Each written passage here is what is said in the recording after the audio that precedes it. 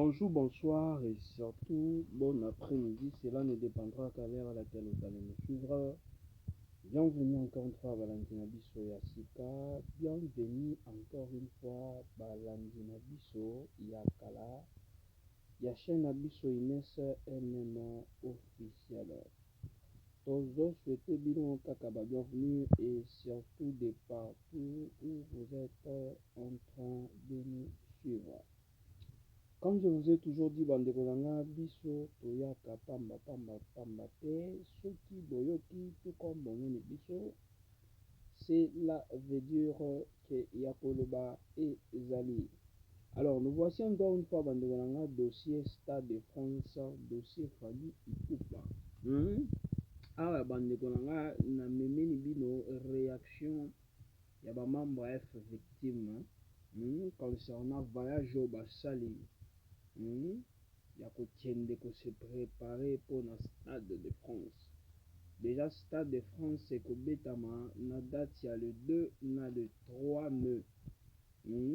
Donc, ça qui vole na bango depuis le lobby, commune en France. Alors, aux réactions, il y a un membre, un victime, combien est-ce que va joyeux et content concernant Volo basali na événement munene oyo baza nango ekosalema na date ya le 2 na le 3 mai 2026. Bandeko na nga nalingi toyoka mwa audio na otiela bino, toyoka mwa kaka. Et par rapport, je vais vous revenir juste après. Comme je vous ai toujours dit, bicho toyaka apprendre analyse. Donc totia moi analyse, na système moko ya propre, na système moko ya bien, comme je vous ai toujours dit. Alors, avant de la bino audio, j'aimerais au moins qu'on rappelle Balandina Biso Yasika. Si c'est toute ta première fois, tout comme Mbalanayo Aliboso, il y a Kolanda chaîne Abiso, Inès NM officiel. Je vous prierai toujours de vous abonner. Abonnez-vous massivement. Et surtout, Bobo Sanakapete, ko cliquez Nangonga, il y a notification. Alors, Balandi Nabiso, ya chaîne Nabiso Inès NM officiel. Toyoka réaction ya ba membre ya F victime. Pour la F victime te. F victime eza groupe eza label ya Yemoko leader Fally Ipupa. Alors, Toyoka bango et puis je vais vous revenir juste après pour l'analyse. Déjà tellement Fally a organisé, orchestre Fally a organisé. Déjà maman ils allaient rater pas Fally, ils allaient rater pas héritier watana mais prévané, c'est dans quoi ça? Batala ngo na bilembo non? Bilembo ça que tant bazoya baoya au nombre de combien? On s'en pas. Nati lelo boy. Il y a une délégation déjà plus de 200 personnes. 200. Boyo mona ibiste. Premier artiste musicien congolais, premier orchestre. On comprend congolais au bazan na bis et ça orchestre yaya. On s'en pas. Depuis Congo ça la. Ba na bis na aéroport. Ba exactement non ba yena bis qui va louer ya bango. Bon bis c'est déjà yaya. Bis orchestre. Orchestre là na bis. Tout le monde a maman ba vita imana ba mazembe mais ce que mamba orchestre peut continuer mamba. Bis ya orchestre ya F victime. Bis one ça ya F victime. On s'en prend déjà pour notre voyage na bango et puis information sur la possession nanga retour ya yaya banana aéroport ba no soyer na kisasa na aéroport point de chute et aux na rond-point victoire la place des artistes place où va ériger monument na ye inaugurer yango les jours il y a arrivé à yaya après deux grands événements au Stade de France retour na ye bazo inaugurer monument c'est confirmé ça tellement. Voilà, bandeko nanga, j'espère que qui biso nyoso très bien réaction oyo, danger. Donc, eza premier orchestre na mboka na biso ya Congo o baza na bis na bango. Bis pona ba déplacement la bango kaka ndenge baza na déplacement ya kokende kozwa vol na bango. Donc moi ezalaki te ke bazwa ba mituka boyela boye basala ba cortège ebele parce que vol etambolaka na temps. Donc, peu importe qui tu es, ceux qui ont un retard, vol et zelayote. Donc, vol et tambola kanatan. Ceux qui battent tant qui vol oyo et kobima peut-être 12 heures.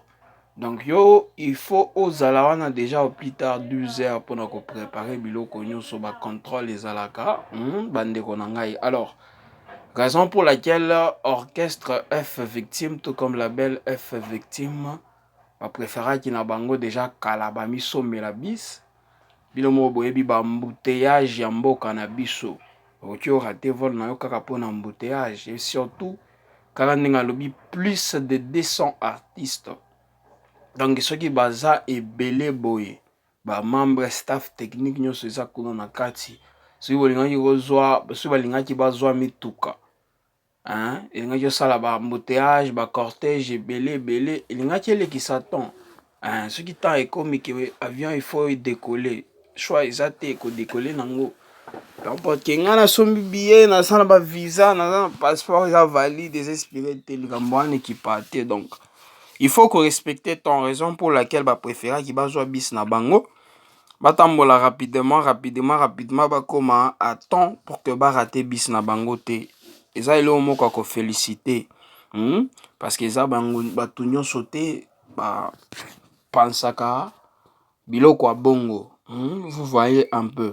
Eza batu nyonso te ba kanisaka. Hein? Moi orchestre bomi someli moi bis et j'espère très bien que oyo eza lokola porte ba fongoli ba maninga baninga ba mususu oyo ba bundaka mingi concernant ba transport eloko wana bis c'est simple ole ba mituka ebele na très bien que ba artiste nyonso bazana ba mituka na bango par exemple lola ba effectivement wana ba kozanga ba mituka te mais moko mais problème eza temps eza eloko a vol ya avion eza bateau te eza nini eza 30 eza avion donc avion décoller en temps kaka nde na zoyebisa bino raison pour laquelle l'orchestre et kanisaka nango ke donc tozwaka bis na biso pour que tokoma kuna temps toza na événement monene oyo ezozela biso ekosalema na le 2 na le 3 mai 2026 na stade de France. 80 000 places danger moyen exacté. Raison pour laquelle bazwa qui décision wana ya kosala ngombango rapidement surtout. Et surtout le konga na sepeli makasi concernant déplacement la bango eza bazui moi temps vous-même vous savez que concert ekosalema na me ti lelo tozaka na mars tokoti nano ata avril te. Donc balingi bazwa temps penza.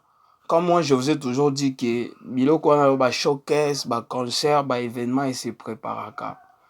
Tu peux pas seulement se réveiller un petit matin et tout trop bêta concert lobby, non c'est pas comme ça. Et surtout ba concert minene lokola wana donc il faut se préparer. Il faut se préparer mentalement, physiquement. Tout comme même spirituellement pourquoi pas. Zambeza aza biso nyonso donc il faut se préparer à penza. Makasi et surtout comme on a concert wana monene ya Gaillard oyo fallait pour pas qu'on se performer devant 80 000 personnes. Bandingo nanga isa 80 personnes te 80 000 donc 1000 10 000 20 000 30 000 40 000 50 000 60 000 70 000 80 000 personnes. Donc batou baza ebele donc ça demande du temps. Temps penza ya maki. Lokola fallait pour pas décider qui déjà kozwa staff technique nyonso kozwa orchestre mobimba eta ekende mbala moko donc eza eloko babenga maki. Préparation vraiment ya danger ya Gaillard donc bake kozwa temps na bango nyonso. Parce que nayebi très bien ba warrior balingaka na bango explication teke et comme ma journée boye boye na boye mataki ekitaki nayebi très bien bato wana ba warrior boza wana c'est bo landa biso je brasse que bo se manifester na ba commentaire et ko sala biso bien et surtout ba commentaire bien parce que nayebi ebele mosala na bango ezalaka kofinga bato na internet so wana eza mabe biso to respectaka bino. Moi je vous ai toujours dit donc biso pe bo respecter biso please et kosala biso bien bo respecter biso na kosalaka ba commentaire ya bien parce que belé mosala na bango ezalaka kofinga batalaka ta teke oyo eza internet donc le 2 na le 3 ekoyinda et koyinda parce que comme on a ba concentration ya boya 1 mois. Eza concentration ya luengete, eza penza ya malonga. Donc eza concentration kozwa tant 4 semaines à préparer nyonso. En fait que yinda, bandeko na nga moko il faut bozala heureux, bozala content en tant que congolais. Comme on a congolais moninga na yo peu importe ce que linga musique na été parce que naïbi très bien que le goût et le couleur ne se discutent pas. Donc mutuna mutu azana ba choix na ye. Tout le monde a musique naïe, donc c'est tout à fait normal. Moi je peux pas venir ici na banda ko nani ko juger mutu na mutu ba choix naïe. Donc ils ont payé sa sensité. Donc en tant que congolais, en tant qu'un patriote, vous allez fier ko paye ça l'artiste Fally Ipupa force. Et surtout na concert monene no azanango, il faut pour la bao ba ebité eza artiste à liboso oyo abotami na Congo, abandi carrière na na Congo, abetaka surtout rumba oyo ko se performer pour la première fois na Stade de France. Toyebi déjà bamusu ba ko réagir ba Gims ba se performer ka baninyo wana baza bana mboka eza makila na biso me musique na bango ba contact yango na France pour na bao ba yebaka te boye bango. Musique na bango babetaka eza musique ya mboka te, eza musique ya mboka na biso te, je m'excuse. Malgré makili eza ya biso, malgré bazongaka batia ba drapeau na ba concert na bango wana ba représentaka kaka ba origine na bango, mais babetelaka musique nani ya France, eza lokola ka ba match oyo babetaka ya motoki toki boye totali tozwa par exemple Kolo Muani aza congolais d'origine mais abetelaka France. Donc peu importe d'origine na ye soki atie bi akotia bi ya Congo te. Donc parce que kaka ndenge tozokota je suis sur lobi toza na mama na grand match tokobeta Jamaïque wana tokende Coupe du Monde. Soki tokutani na Coupe du Monde kuna na France eke Kolo Muani abeti atie bi na nani na biso na poto na biso bakokonte yango pour na France, bakonte yango pour na Congo te. C'est de la même façon aussi ba Gims wana ba Ninyo wana basi babeti déjà ba Stade de France wana to konte bango te. Moto ali boso ya oyo azo représenter Congo, hein, eza Fally Ipupa oyo akobeta Stade de France. Alors to pesa ye ba force ba encouragement surtout, pourquoi pas to longola haine wana eza mabe bandeko na ngai, haine eza mabe. Kande baloba so moninga zui sepela ya yo pe oya. Donc to sepela to pesa ye force, soki to olingi na yo te oza obligé te surtout, mais ba oyo balingi to pesa ye force biso nyonso. C'est le Congo qui gagne, bobosa na eloko wana te. Nga na sepeli déjà na ba réaction ba membre ya victime ndenge baza joyeux, baza content. Donc ezelo moko ya bien komona bazo seka pas tellement pour un voyage mais baza content bakende ko préparer concert, et salema très bien que biloko nyonso et salema sans stress bandeko na ngai. C'est le Congo qui gagne, tozala wana to pesa force biso nyonso. Rendez-vous eza moko le 2 na le 3 na Stade de France et koyinda bandeko na ngai et koyinda, hein. Et c'est là qu'on vraiment féliciter l'artiste Fally Ipupa.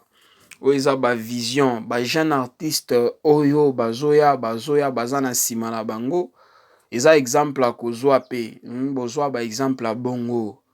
Bo se concentrer, bo se préparer. Bobo sanaka peke, bobo sanapete ke vie eza course te. Ce qui lelo Fally abeti Stade de France lobi pe, omi beta na poitrine ki okobeta Fally mobali.